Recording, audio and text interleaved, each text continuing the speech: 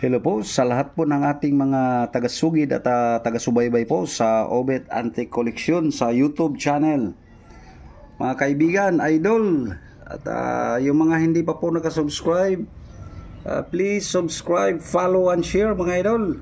At ito, meron po tayong ay pinasilip na naman po rito sa inyong harapan mga idol. At napaka makasaysayang mga salapi o barya na pilak po dito sa ating bayang Pilipinas mga idol.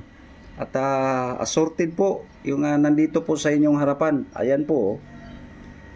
Kaya titigan nyo na maigi mga idol. Baka kako po kayo ay mayroon dyan sa mga nakatago po sa mga baol ng lula nyo. Ito ngayon mga idol. At nagkakahalaga na rin po yung mga katulad po nitong mga ipinaisili po natin. At mahal na nga ang bilihan nito sa mga batikang kolektor mga idol. Ayan po.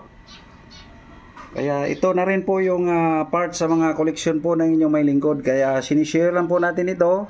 At not for sale po ito mga idol. At silipin nyo sa malapitan mga idol. Ito napakaganda oh. Kaya mga katulad nitong mga barya na ito mga idol oh. Wow, 50 centavos. At saka nandyan po sa pirang salaping papel mga idol. At ayan po 2 pesos. Ginawa po siya sa taong ito nandito nakalagay mga idol June 13 1922 po. Wow, ang lupit. Tsaka may nakalagay po na Victory. Ayan po. Series number 66. Ayan po. Napakaganda mga idol Ayan Dr. Jose Rizal po. Ayan meron din pong 2 pesos dito mga idol. Ganito rin po. At iba din po yung disenyo niya. Di katulad nun, Victory pala yung mga ganon mga idol. Ito. Ayan Kaya halo-halo na rin po na katulad dito mga idol parang si Mabini. Ayan po. Kaya silipin natin sa malapitan mga idol. Ayan po. Kaya silipin na natin kung kailan po ito ginawa mga idol. Dito nakalagay. Ayan po. Ayan po mga idol ganon pa rin po yung buwan tsaka araw mga idol June 13, 1922. Halos magkasabayan lang po sila nung ginawa po itong 2 pesos po natin mga idol. Ayan po. So Victory din po yan. So red seal po. Ayan po. Pula yung ano niya. Nakasilyo po sa kanya. Ayan Manila, Philippines. Wow. Series of 1936.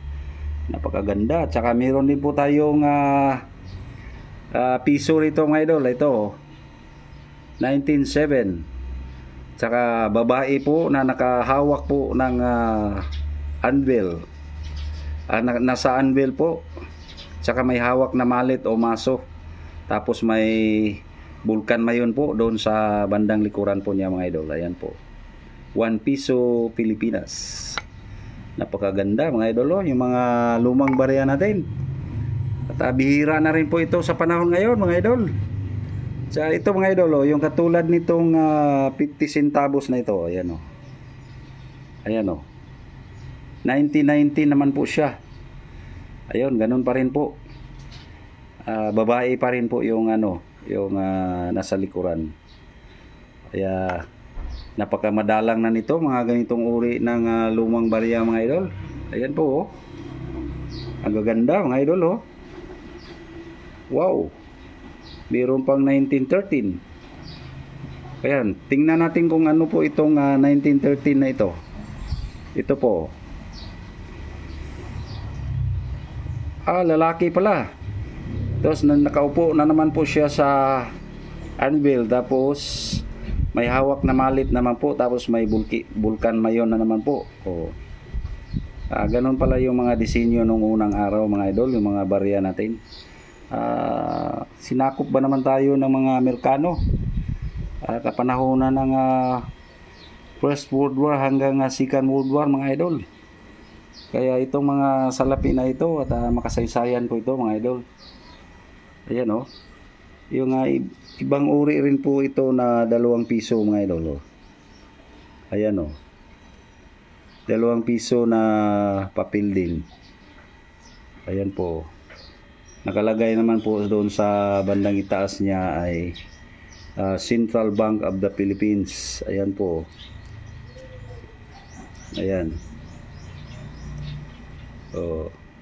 Napakaganda mga idol. At saka may mabini rin na 1 piso.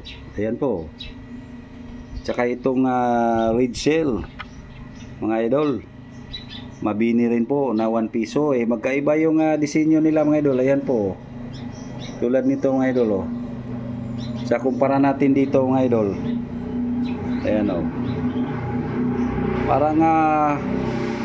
Parang dollar mga idol yung disenyo ng mga salapi natin noong unang panahonan. Ayan po, napakaganda o. Wow naman. Wow na wow talaga. Mangilan-ngilan na lang po ang mga may hawak nito ngayon. Nasa mga mabubuting kamay ng mga kolektores, mga idol, mga kaibigan. Yung mga may hawak nito mga ganitong uri ng mga lumang barya o lumang salapi mga idol. At may kasama nga rito na ginto mga idol. Sinama na rin po natin. Ayan po. Wow. So sana lahat ng mga followers, viewers natin at nasiyahan naman po kayo nitong ating ipinasili po rito at hindi po nakakasawang tingnan mga idol. Ayan o. Napakaganda.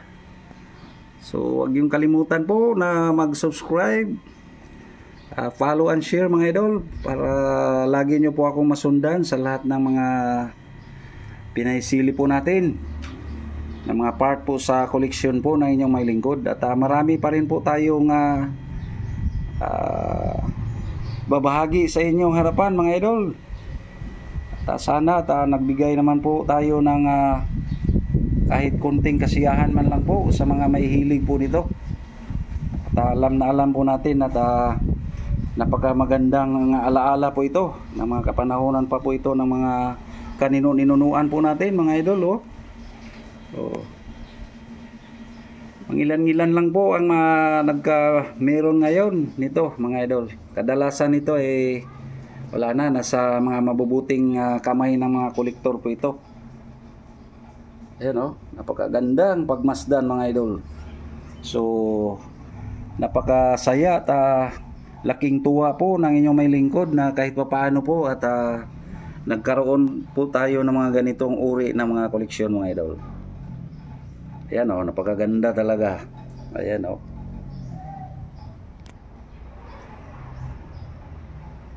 Ba't ibang uri ng lumang barya mga idol. Napakabihira na ito sa panahon ngayon. So makabili man tayo nito ngayon mga idol at nasa mataas na po ang value nito. Ayan po.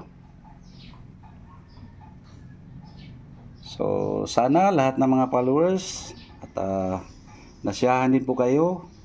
So hanggang dito na lang mga idol. Huwag niyong kalimutan na mag-subscribe po. So hanggang dito na lang. Thank you for watching.